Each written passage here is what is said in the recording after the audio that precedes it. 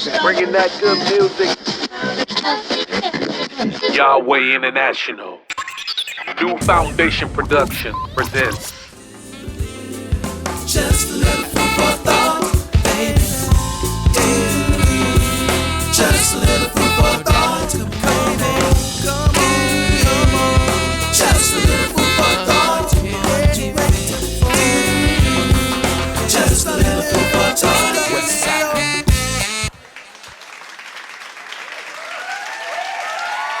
It's your boy Keith. Welcome to the Food for Thought Project, sponsored by Yahweh International, New Foundation Production.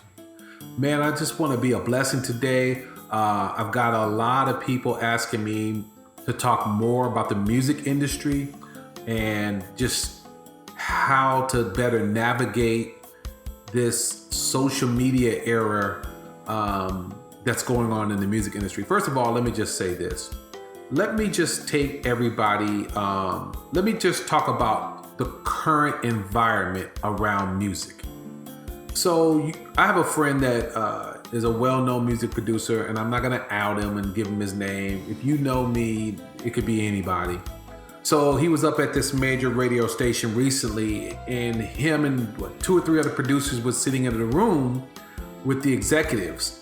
He said out of the 10 people in the room, most of them were social media advertising executives, and the atmosphere in the room was as stale as it could possibly be. All they were talking about was algorithms and advertising revenue. They were sitting in a meeting and they were just like, okay, when are we gonna talk about artists? You know, and he was kind of ticked off. He was like, yo, you called me up here to this meeting. I'm thinking we're going to be looking for the next new hot artist, and you're talking about social media algorithms and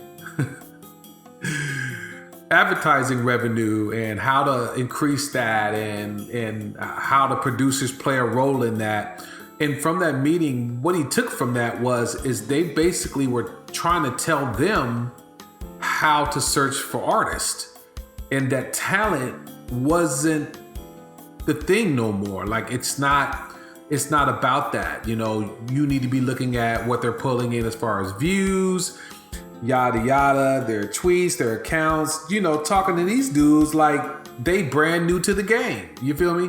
And that was disheartening, man. And he said he left there with a really sad feeling in his heart because, you know, he said when he first got there, I remember when did he get there? When he got there we were all in California. I think the West Coast still was popping pretty hard. I don't want to say how old he is. I don't want to give it away, but let's just say a lot of the dominant rappers were still alive. He's been around for a long time. And he just gave me good insight and things to think about. So I'm going to talk about now, and I'm going to go backwards. So if you're a current artist, I want you to listen closely. There's some things that you need to know that is going to be a little painful. And here's the first one. Talent doesn't make an artist in this social media environment. Let me give you an example of what I'm talking about. If you look at hip hop today, it is as bad as it's ever been. It's as watered down as it's ever been. I'm going to start with hip hop because it's really one of the main ones that's being attacked. So first of all, if you're a rapper, what we have now is a lot of gimmickry, pretending, fakeness, social media hotness in our rap industry. Not all of it, but what dominates on the radio is not dominated. It's not what's popping in the streets and in the hood. So let me just help everybody. Let me break down there are two music industries that's going on right now that you need to know about. There's the social media music industry. There is the record recording music industry. There are two different things with two different goals.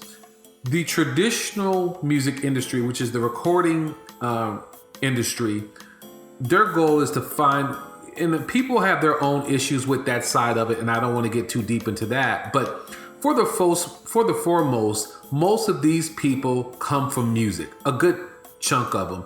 But sometimes when you get to the top levels, you may run into some issues with some of these executives not being music people, they're business people, whatever it may be. But understand this, that if you're on the recording end of the music industry, that's the artistry part of it, that your talent does mean something, in your sacrifices as far as pursuing that means something. Now, I will say on the negative part of that is what that recording industry started doing was, I'm not talking about your Beyoncés and some of these bigger stars, but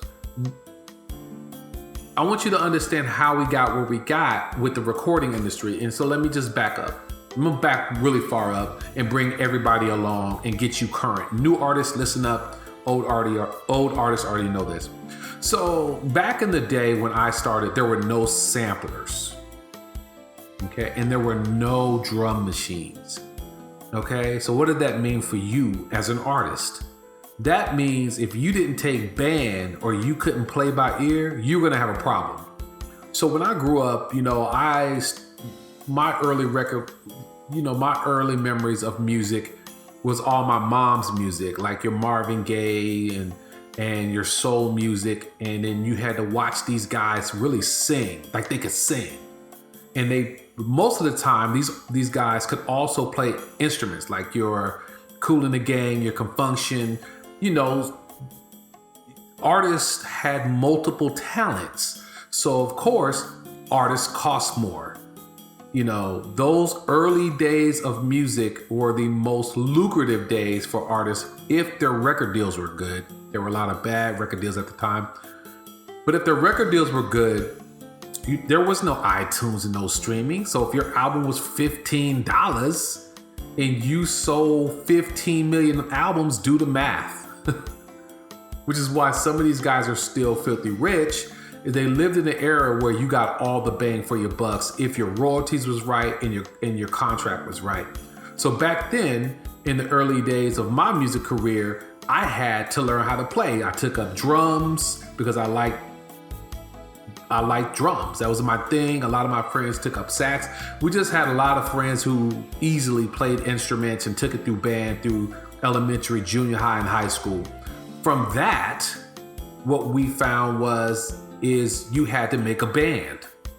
That means you had to get a couple of guys together and jam and practice, and keyword practice, to be good. Because if you didn't practice, they would boo you. It was critical back then. That's them Apollo days when you used to watch Apollo on TV. They boo people off stage. Yeah, it was cutthroat back then. Like you had to kill it. And also you're coming behind legends. So the expectation was the responsibility to call yourself an artist was much greater. Oh yeah, I'm a singer. Really? With the passing of Aretha Franklin, if you were calling yourself a singer, you knew they were comparing you. Their expectation was, okay, well, Aretha Franklin's a singer, Chaka Khan's a singer. There's a list of singers who are calling themselves singers, so you better blow. You better be able to kill it. So during that era, I would say the talent pool was amazing. You had a lot of people to look up to. You had a lot of things you had to learn, and you couldn't do it if you didn't practice. It's just no way to become an artist without that. And then it happened. Hip hop started. When hip hop started, man, well, first of all, a lot of people don't know punk music, a lot of this electro music, punk music, before hip hop was already happening, they were using a lot of these Moogs and a lot of these electrical instruments to create this new sound that was happening within punk with a fusion of rock. But punk and hip hop in the early days in New York were kind of almost in the same setting. It was happening in the same clubs I mean, it's happening on the streets with Kool Herc and them, okay, you know, people freestyle battling. That was an element of hip hop. But in the clubs, you had African Bambaataa and a lot of other these groups performing at punk clubs. So it was nothing to see us all integrated repping music. But back then, even then, you had to have certain flair, certain connection to the street. Like if the streets didn't know you, if you couldn't win your neighborhood, no. If you wasn't running your block lyrically, winning your neighborhood lyrically, if you wasn't shutting down the house party, there's the underground. That's what was popping. You know, people were expressing themselves in situations about the community, so we were all connected through the struggle. You understand what I'm saying?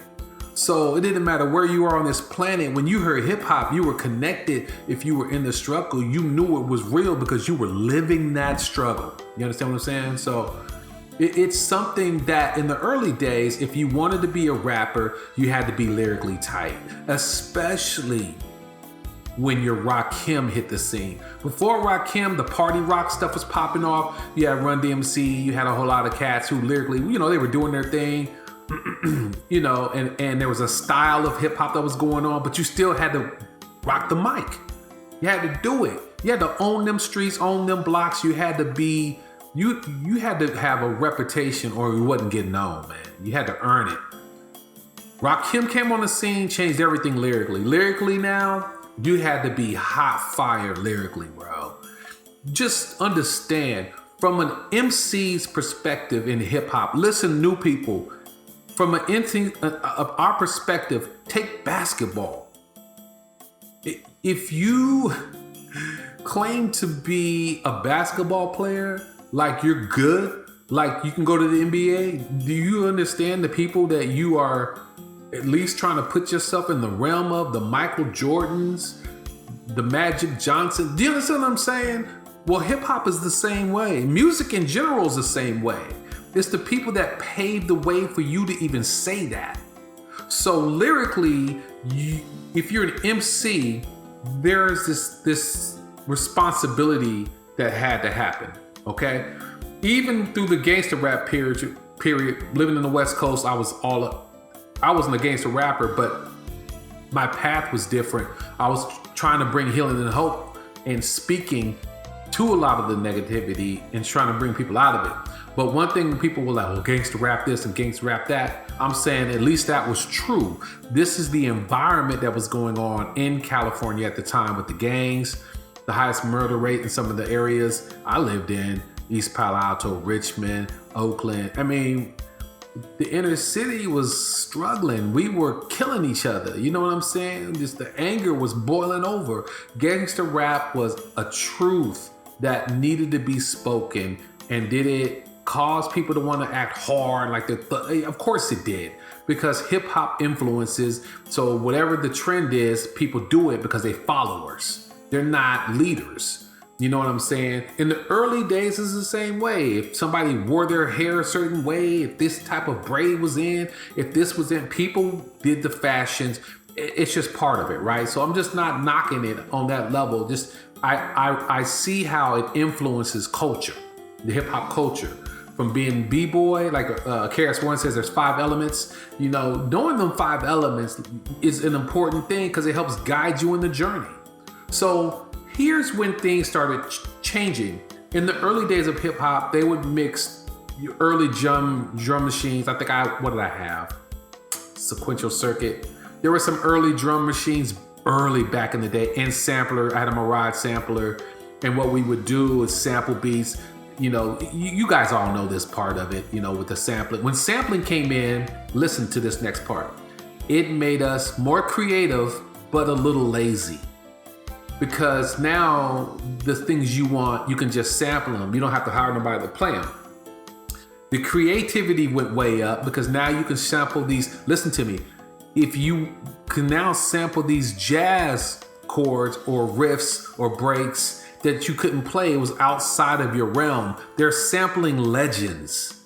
You understand what I'm saying? So a lot of people couldn't play it. They just liked the way it sounds, sample it in, laid a tight drum beat behind it, and off we go. And that was hip hop for a long time. I had an MPC 4000 forever. The hip hop for a long period of time was sampling, syncing, drum machines, recreating the bass lines, just became its own art. You know what I'm saying? Did it make us a little lazy? Here's who it made lazy. If you were a musician and then I was a drummer. When drum machines came out, guess what I stopped doing? I stopped drumming. Now, and I'm not saying that all drummers did that. What some drummers did was they would play live sets in the mix of the beat. You know, there were ways, if you just were that person, but a lot of people just stopped playing and stopped using drum and started using drum machines. So the early days of hip hop, you had to know some technology. You had to know music. You had to be a connoisseur of music to find the perfect loops. You had to just, your game had to be there. Lyrically, you know where you had to be. And as hip hop grew, it demanded respect. One thing you could not be is a biter. Like if you was a biter, it was like the worst thing you could ever be in hip hop. Straight up, the worst thing. If you were known to be a biter, it was horrible. Like your career is over. I will say, I mean, a lot of MCs will say this dude's biting, but here and there, after gangster rap, let me see. Let me give it some quick thought real quick. Nah, it's too deep of a thought for this moment. I'm gonna keep pushing. So, because I want to talk about when it changed. So, as we progressed all the way through hip hop, all the way up to gangster rap, one thing that was for sure is the West Coast and the East Coast ran it. So with that, you had a lot of people copying West Coast style and East Coast style that didn't even live in the West and East Coast. That's what I was trying to say when I started seeing more of the copying of styles from different regions. They would kind of side who they were going to side with. And okay, whatever, okay. But from that, they eventually found their own, you know what I'm saying? So I will say, to help all new people understand what I'm really trying to get you to eat in this conversation is hip hop has always will be the voice of the people, the streets, the block, the hood, right? That's what it has always been and always will be. But what happened was, listen to me, record labels, their goal is to make money. And to make money, they've always tried to find out, how do we do this? How do we make money off these artists? So this is where you guys need to really start listening. So with record deals, that's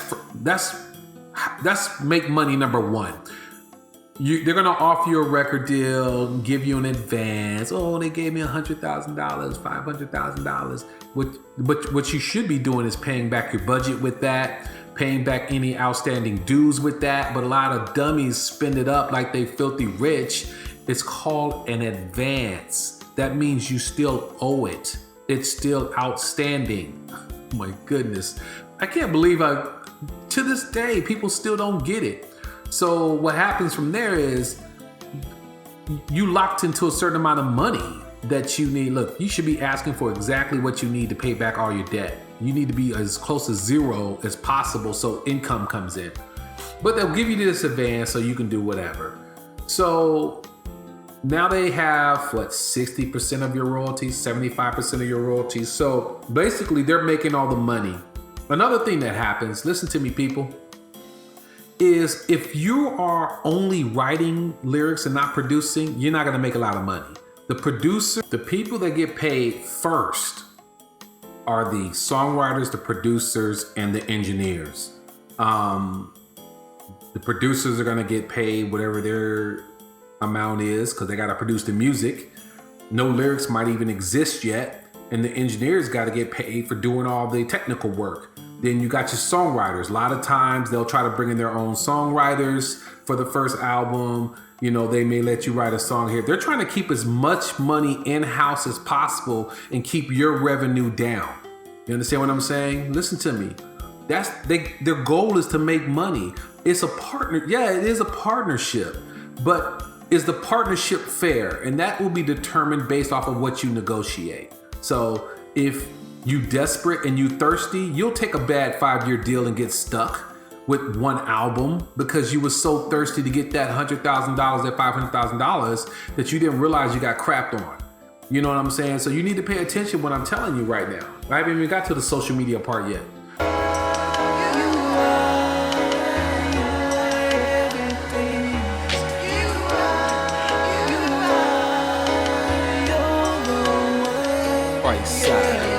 You the one that picked me up when I was broken. So many things I wanted to say, but never spoken. So much suffering and so much pain.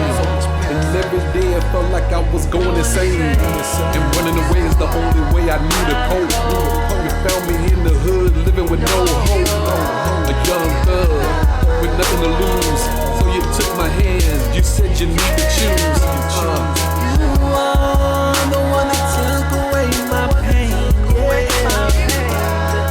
You are the one that makes me raise my hand and sing. You are the best part of me. You're the one, you're the one, you're the one, the only one. At first it was hard to do the right thing. So when I gave it to you, I heard the angel sing. Now something's different, something's going on.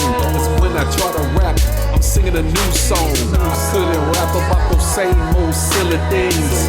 I'm bringing hope and healing by any means. The streets are crying, so many lost. They don't understand you already paid the cost. You are the one that took away my pain. You are the one that makes me raise my hand and sing. You are the best part of me. You're the one, you're the one, you're the one, the only one. When I think about the promise that you made to me, there's my dad, there's my sisters, and now you see. My heart is healing now, I got a new love. Everything I want is sent from the Father above. There's so many people, there's no need to say your name. You kept it real, and you never changed. So thank you, Lord, for putting them in my life.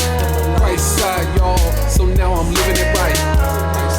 You are the one that took away my pain. You are the one that makes me raise my hand and sing.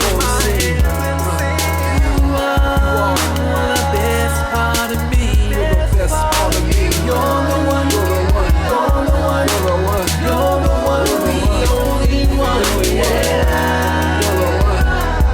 the one, the only one. You're the one, the only one. You're the one, the only one.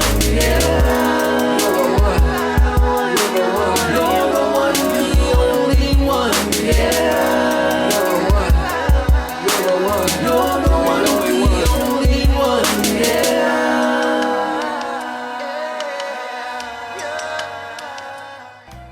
Basically, the partnership between you and the label is we want to sign you. We like you. I'm not, and they do like what you do. They see you got a following. Now listen here. Following means, from the record company's perspective, backing up a little bit, you're doing shows. The DJs know who you are. The DJs say you hot out in the streets. Everything from the streets to the hood to the club say you it. And that hustle is based off of maybe you popping that trunk and popping these CDs and your street team. Listen to me, street team. When's the last time you seen a street team? Your street team is out here, man, y'all running it. You guys are standing outside the clubs, you talking to people, you networking, you doing videos. Bro, the hustle was real in the music industry back in the day. If you didn't have them elements popping off, you wasn't blowing up, man. It wouldn't happen. If you didn't get them clubs and them DJs to play your music, look, it was real serious, right? So you have to understand that back in them days, you had to put in work. Now, one thing I did notice about the music industry is the more talented you were, the more they try to shade away from you. If you could just sing, great, that's fine. But let you be able to sing and hold a guitar and play multiple instruments like Prince and some other people, that means they gotta pay you more money. See, they started moving away from the multi-talented artist because the multi-talented artist costs more money. They don't mind if one Michael Jackson pops up in a blue moon or once Prince pops up in a blue moon, but they don't want multiple. They don't want to start a trend where there are labels fighting to find these type of artists because they are so expensive to pay. The better the talent, the more you gotta pay them. So what record labels do is they, listen to me, they'll kill a trend. I'll give you a perfect example. One of my friends was on this major label and they got some of the best artists. They basically, I felt like they signed her. They had another artist on their label that was doing good, but they basically signed her to stop her move. She was blowing up, right? 5-year deal. So they signed her to stop her from blowing up because it did kill her career basically for about 10 years. Try to get out of a 5-year deal and still owe money. And there are other artists continue to rise. Labels do that. Will give deals to artists. Let's say you're a hot rapper. They got a rapper who's blowing up and you ain't on your game as far as knowledge is concerned. They offer you a whack deal. You take it. You think you flossing. Your album is done. And they go, we just wasn't feeling it. Let us think about that. Let us get back. We're going to get back with you and see if we can rethink it. And now you're stuck. Because it was a 1-album deal in the first place and you delivered the 1 album. Now you stuck and you owe money. Remember, Tupac owed money when he signed to Death Row. So Suge had to buy that out. Do you understand what I'm saying? People, listen to me. Being thirsty for fame will cost you everything. This is lesson number 1. Don't be thirsty for fame. Fame will guarantee your short-term existence in the music industry. Be thirsty for knowledge, experience, longevity. Be a better singer, a better musician, a better artist, a better writer, a better engineer, better producer. Those things will produce fruit. But being thirsty for fame, nah, that's just gonna lead you down a path of destruction. Because now all your accomplishments is based off of your fame, not your skills. You understand what I'm saying? So at this point with your record labels, I think everything was going good till iTunes. I think that when they partnered with iTunes, I know what they thought was gonna happen. I think they thought that was gonna cut back on their manufacturing and duplicating, which makes sense. I own a record label. I don't have to manufacture and duplicate. Oh, great. They can just buy these, download these. Okay. I can see how from a record label's perspective, that's a positive. You understand what I'm saying? So now that money that used to go out to manufacturers and duplicators is now reduced. You're not spending as much. So of course it's attractive. I'm with it. So what they didn't see was now I don't have to buy your whole album. I can just buy 3 songs. I don't need the whole album. And that trend, you kind of have to apples and orange it because, okay, I'm not spending all this money on the marketing promotion stuff I used to do. I don't need street teams as much. There's a lot of things I don't need to put money into, but I'm not making as much on an album. Man, this kind of wasn't what I thought it was going to be. So you start to realize that the person you partner with it's not turning out, the partnership is not what you thought it was going to be. And I think when it comes to the record labels and download or streaming service, iTunes or whoever it may be, it just, as time went on, they start seeing that. You know what I'm saying? And really hurt them in a way they didn't expect. You counting your eggs before they hatch, kind of thing. Sometimes we look for love in all the wrong places, when the greatest love has always been here. Yeah. No one can love you like he do. Love you like it. No one can hold you like he do. Hold you like it. 'Cause he's the one that brings you through. Can bring you through. Always, Always. always. Always. No one can take away your Can take away your pain. Only pain. His grace and mercy will His grace and reign. mercy 'Cause he's reigns. the greatest love of Greatest all. love of all. Always, Always. always. Come on. Yeah. When I feel all When alone, I'm feeling all alone, nobody's on my side. nobody's on my side. And I just wanna run and I just hide. wanna run and hide, but I knew there's a better way. there's a better So way. I got on my knees So and I got on my prayed. knees and Lord, prayed. let me tell you Let me tell you. everything Let that's me tell you. going on. Come on. Love you like he Can love you like you No do. one can hold you like he Can hold you like you do. He's the one that Yep. brings you He's the one that brings you through. always, always. Always. No one can take away your Take away your Only pain. His grace and mercy will Grace and reign. mercy 'Cause reigns. he's the greatest love of Greatest love of all. Always, Always. always. Always. And this is so new This is so to me. new to me. I hold it in, I hope they don't see. Don't And see. And all these scars, all these scars, and all this pain, all this pain, to you, I give I to need you. to make a I need to change. make a change. 'Cause everything I am, And everything I am, wanna be, and everything I wanna be. my hopes and dreams flow hopes through and you. dreams, they flow through you. You're the one 'Cause who you're the brought one me who through. brought me through. Yeah, Yep. like me. Can love you like you No do. one can hold you like me. Can hold you like you do. He's the one that Yep. brings you He's the one that brings you through. always, Always. always. Always. No one can take away your Take away your Only pain. His grace and mercy will Grace and reign. mercy 'Cause reigns. he's the greatest love of Greatest love of all. Always, Always. always, Always. ALWAYS rapping every single day.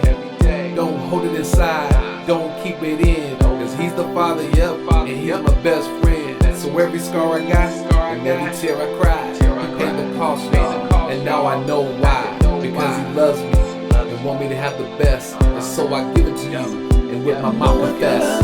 Yeah, can love you like you No do. one can hold you like me. Can hold you like you do. He's the one that Yep. brings you He's the one that brings you through. always, always. Always. No one can take away your Take away your Only pain. His grace and mercy will Grace and reign. mercy 'Cause reigns. he's the greatest love of Greatest love of all. Always, always. No one can love you like me. Can love you like you No do. one can hold you like me. Can hold you like you do. He's the one that Yep. brings you He's the one that brings you through. always, always. Always. No one can take away your Take away your Only pain. His grace and mercy will Grace reign. and mercy reigns. The greatest love of Greatest love of all. Always, Always. always. Yeah. No one can love you like me. Can love you like you No do. one can hold you like me. Can hold you like you 'Cause do. he's the one that brings you He's the one that brings you through. always, Always. always. Always. No one can take away your Can take away your pain. Only pain. His grace and mercy will His grace and reign. mercy 'Cause he's the reigns. greatest love of He is the greatest love of all. Always, Always. always. Yes. I know what you're thinking. You don't want to go to God with all this. You don't want him to see that you're- So what you had is a record label trying to figure out, wow, all this income we used to get, how are we gonna get that back? And like, how are we gonna do it?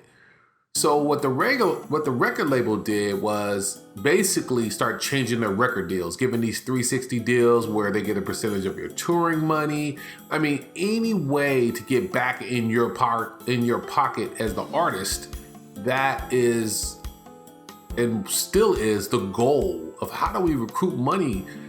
You got to understand, they went from albums going for $15 or whatever, $10 to CDs and album getting full money, to downloads at least getting $1 per song, to now no one's downloading, everybody's streaming. That's pennies. There's an article it's not even hard to find. There's a couple of them of these groups or bands streaming 100 million times and getting $7,000. That means 1 million people listen to your song and you only got $7,000. Nah, dog. In no universe does that sound right. So I'm gonna get to that whole thing in a second about when it started switching over. But I just want you to understand the old school way. We used to complain about it all the time, right? You know, we always think the grass is greener on the other side. So from the artist perspective, we thought iTunes was great because what iTunes did give you is access. As an artist, you are now getting access to the planet. You know what I'm saying? Not just your neighborhood, your block, whatever it may be, but you're getting real true access across the spectrum to people who would never hear your music. As somebody who's lived through every genre of hip hop, every timeline of it, I can definitely say that was true. I remember when iTunes kind of started taking over, and we had albums. We were still pressing up physical albums, and iTunes was still popping, right? Just everybody was loving it. What was happening is our albums were selling out online, and we didn't know from, like, I just sent you 500. You know what I mean? So we didn't know that Japan. I was just getting checks in the bank. I wasn't checking the data, but I had to because I was pressing up so much product. This is how Christside blew up off Arquise. Let me just back this up a little bit. So Arquise was selling Christside, which I didn't understand because our albums were the Arquise album was kind of just, let me get it out my system, the first one. So as Arquise was selling out and then Christside started selling out, we were like, where's all this music going to? Because we wasn't checking it because we were out doing ministry. We were busy. And our label wasn't set up with staff at that time yet. So as I went on and looked at where it was always going overseas. Going to Japan, a good chunk was going to Japan, Australia, and certain parts of Europe. I was like, what?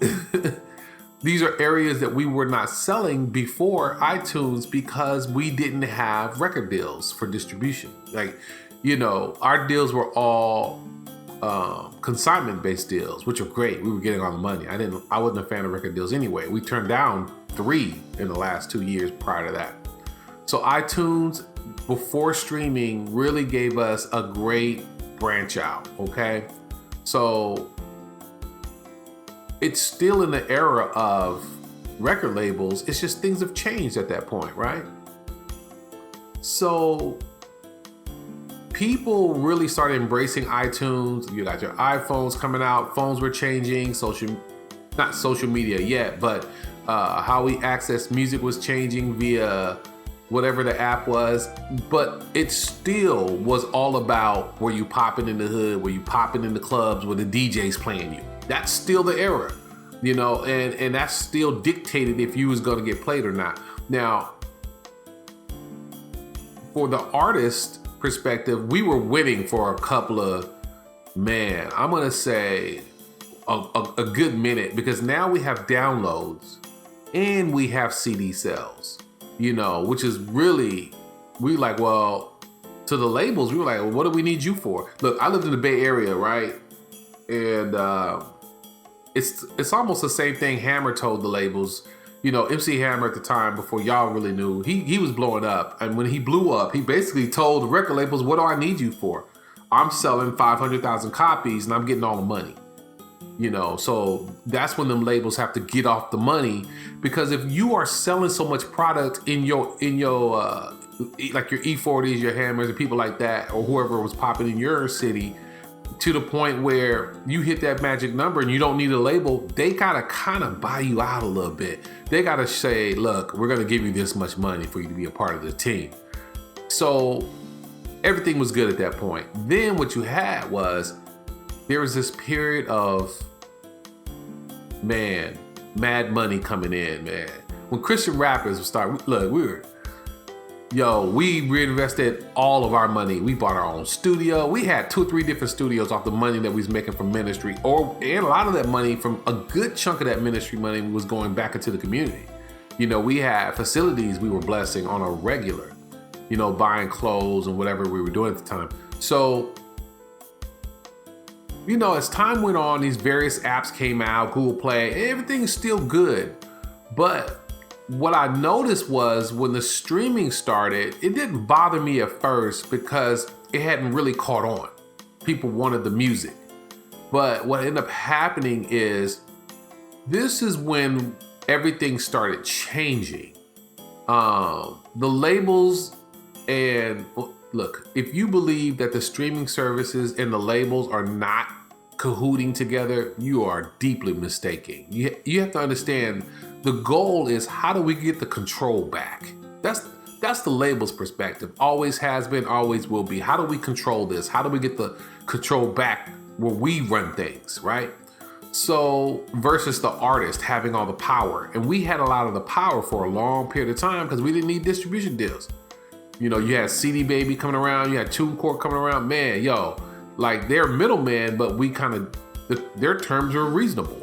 So if you out here marketing and promotion, doing what you need to do, you were winning. But when this streaming thing started, I told everybody like, yo, this is a problem. Like, you don't understand. We're not going to be getting dollars. We're going to be getting pennies. But at first it wasn't catching on. And I think I was like, yo, cool. They tried various stuff. They tried various things to get it popping, but it wasn't popping. You know what I'm saying? Streaming kind of sucked.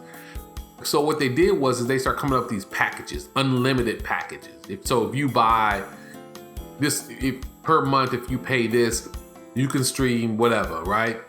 That's when they start seeing the numbers moving and stuff. So they start coming up with clever ways. Now listen, now we're gonna move into the social media. No, I'm still gonna take you on the journey. I don't wanna talk about the social media yet. This is not social media. This is still music industry. So listen, what they saw is that an opportunity to make other money, other revenue. What was that other revenue? Advertising. First of all, anytime you can attach advertising to something, you can generate revenue that sometimes can be more than what the program or the song is bringing in, clearly. You understand what I'm saying? YouTube is a perfect example. YouTube is the first introduction, as far as I'm concerned, into social media, because what it allowed us to do as artists is make videos and monetize. Now listen, monetizing stuff was the hot button. I made like $5,000 off of a food video. I didn't even know I had the money. I monetized it. I figured it was gonna be pennies like everything else. I didn't understand how the advertising was gonna play with the video. So by the time I realized that, I had got some kind of tax thing, and I was like, what money? I haven't gotten any money yet. It was sitting at YouTube. They sent me a nice fat check. It was nice. But from that perspective, I saw, wait a minute, I see what they're doing. So by then, everything video-wise could be monetized. So if I made, listen to me, if I made $5,000 off of a video, how much did you think they made? Trust and believe that's pennies compared to what they made off of advertising. So what I really see happening is the record labels and YouTube video-based providers teaming up along with other streaming services. Basically, they teamed up and realized that advertising revenue was more important. Listen to me, artists and people who love music, that advertising revenue is more important than music-based revenue, because music-based revenue had got to the point where everybody was slowly switching over and not downloading and just streaming music. So the only way you were getting your money is if you were on tour and doing shows and you could sell albums. People do still buy CDs, but at the end of the day, at our shows, we like, yo, get on your phones right now. And we tell them what song we about to do. If they like it, they download it, you know, or they buy CDs after. So CD sales in the United States have gone down dramatically. Overseas, thank goodness CD sales are still popping. No, it's not like they don't download and stream, but every show we go to, overseas is always going to be a blessing. Trust and believe. So at this point, you have multimedia. And when I say that, you have your YouTube, your video-based services. You've got all these other type of entities existing. And what's missing is the artistry. It's slowly changing from that. In these meetings, and I'm trusted, believe me, I started the show with telling you what my friend told me about sitting in a meeting at this label. In these meetings, they're not going, man, this artist, that. No, they're saying, hey, how can we generate more advertising revenue? Man, you wonder why you get on your computer and the stuff you've seen in the past is popping up, or how they know what you want. This has been a laid out plan. Once they really start seeing where the money was, the money is not in the music. Listen to me, artists. There is no money in the music industry. The money is from advertising revenue. And this is why we got into the stink we're in now. The music industry basically sold its soul. And I'm not saying that all labels, but most labels. You ain't got to worry about your jazz labels, your country labels. You don't have to worry about music styles that is rooted deeply in music. So some of your rock labels, your country labels, your jazz labels still don't need to throw the baby out with the bathwater. They're like 1 foot in, 1 foot out kind of thing. They see the benefits of advertising revenue, but they know the danger. They sit back and watch R&B and hip hop completely explode. They don't want no part of that. Like, nah, we need to keep our base, So what you have is, as we move through this whole the beginning of social media, your Snapchats, your Facebooks, your Twitter, and Lord knows whatever else is out there. What you always notice is that advertising is being shoved down your throat. If you're on Facebook and you're in marketing, there's the Facebook market. What you see there is, it used to be just people posting things they were selling. Now what they did is they've mixed stuff that regular people are selling with your advertised-based people that are selling, regular stores selling. So you get it's annoying because you're looking for a deal, and then here they are shoving, you can buy this, you can buy that. If I wanted that, I could go on any old site and see that. I'm on Facebook Market to see regular people selling stuff on the cheap. You know what I'm saying? But what's happening is it's generating revenue. People, listen to me, because I'm leading you someplace so you can have true understanding. So when you're on YouTube, of course, you already see advertising. So you're used to that monetization. You're used to seeing that monetization in your videos. It's generating revenue. It's generating revenue for the person, not a lot, but it is. And it's generating revenue for YouTube. And it gives the opportunity for whoever the person is or the company to get to you. So advertising basically slowly started taking over the music industry. The advertisers will start dictating, where they want to be placed, the kind of, situations they want to be seen in. And it wasn't bad at first, but the overkill, right? So advertisers care about one thing, and this is where everybody needs to pay attention: numbers. How can I reach the maximum people and get maximum exposure for this dollar? You'd be the same way if you owned a product. How do I have the most people see me? So as time is going on in the record industry, what we see is that, and what we've seen is that social media, YouTube, Instagram, I'm specifically saying these two basically took over. There's two music industries. So let me talk about the social media music industry. The regular music industry is based off of, you better be the one in your hood, in your town, in your streets, your DJs, your clubs are playing you hot for a reason, you put in work. Social media has nothing to do with that. Social media is all about this artist. He could be a hot mess. He's not good, but he has a following. He could be extremely funny for whatever reason. For whatever reason, he has a following. He's generating interest. People are coming to his page, and you can see the comments. The bulk of look, a lot of these rappers who are hot on radio right now, if you go through their comments, a lot of them took off, they blocked the comments now, but you could see them getting ripped by the people, more hates than likes, but it's still people seeing it. So what you had is these social media artists, celebrities, or whatever it may be, being so popular for the wrong reasons that advertisers see that. Like, this guy has 90 million views. First of all, let me just clarify something. Most of the views you see on YouTube and a lot of these other sites are paid views.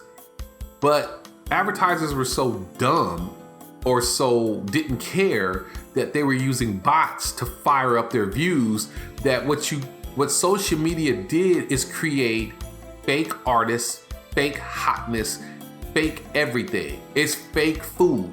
So advertisers basically bought into the fact of the numbers that are based off of that. And what spawned out of that is social media music, where some dude is creating music. He's not good and he would never be on. He would never show up in his hood and say, here's my mixtape, because in his hood, real rappers are there, real thugs is there trying to, talking about current situations. And here you come with orange and green hair. Come on. You know that is not happening. So what happened is social media start dictating social media start dictating to us what's popping, what's hot. And initially we knew something was wrong. Like, what is this? You had never heard it before. You've been in the clubs, you in the neighborhood, no one was bumping it. I'm all over the place. I know all sorts of DJs, producers. When this music trend in R&B, when trap started, trap music without the rapper, that picked up just because of the cadence and the music. Okay, whatever. But the rappers that came with it, nah, dog. And I'm not talking about Migos. I'm not talking about them, because Migos was around doing Fight Night and all some other stuff, so people accepted it. That's a different. I'm literally talking about Lil Yachty, Lil Uzi, Kodak Black, and the rest of these mumble ratchet rappers. They tell you, if you saw the interview in Hot 97, how many of the rappers flat out said, we're not rappers. They told everybody they're not rappers. If they're not rappers, then why are we putting them in the rap genre? Why do we put them in rap? They're their own whatever. That's what it is. But they got a label. What they got was being called mumble rappers. They didn't like that. It's like basically like you're an intelligent rapper. You can't rhyme. You have no skill. You would have thought after they got that label that genre would have died. It didn't. It blew up even more, because now you have all the worst people who wish they could have been rappers rapping, and it's easy to mimic. It's fake food. It's basically the worst of the worst when it comes to artistry. There is none. You can mumble your way through a song. You don't have to say word. That boy said, if I want to say yah, yah, yah all the way through the song, I'm gonna do that. If it's lit, I was like, what? Just no pride, no respect in the culture. See, this is what social media wanted, because now they don't have to pay for artistry. All I need you to do, social media is saying, all I need you to do is be hot and be lit. If you get a lot of views, that's advertising revenue, and that advertising revenue is how I'm getting paid. So now you have social media people telling us what's hot. They're dictating what music is, not based off of what it is creatively, based off of the numbers and the revenue that's being generated from advertising. Do you understand what I'm saying? People, it's not lit. This is our problem as a culture. As black people, is we continue to sell ourselves out to entities that do not have our best interests. Hip hop is bigger than just black culture. It's it's worldwide. Look, I have people in Japan. You got people all over the world doing their own version of hip hop. But at least there's an authentic part of it to themselves. They're doing Spanish hip hop, or Latin hip hop, or J-rap, or whatever it may be. sometimes, yeah, they're just biting what they see, but at least there's a skill set. What we have right now is music that is not based off of nothing other than can it generate advertising revenue? And if it can't, it's not gonna pop. So what you have to do is you have to buy into the mechanism that's promoting this horrible music. So what's happening now, listen to me, this is not new artist. If you wanna be a good artist, you really love hip hop, you love music, there's nothing wrong with that. Using trap beats, there's nothing wrong with the beats. It's simple. Look, that's another thing. Look, the technology of music now has gotten so easy that you don't have to really work. These guys are out here with no skill set, making beats on iPads and Lord knows what else, FL Studio and what other automated bass programs. Logic is great, but it can get too easy to where anybody can be a producer. I just didn't grow up in that era. I had to work, so I don't want to get too much on that, but I'm just saying it's what we have now is the fast food of music production and the fast food of artistry going on in the music industry. So how do you navigate as an artist?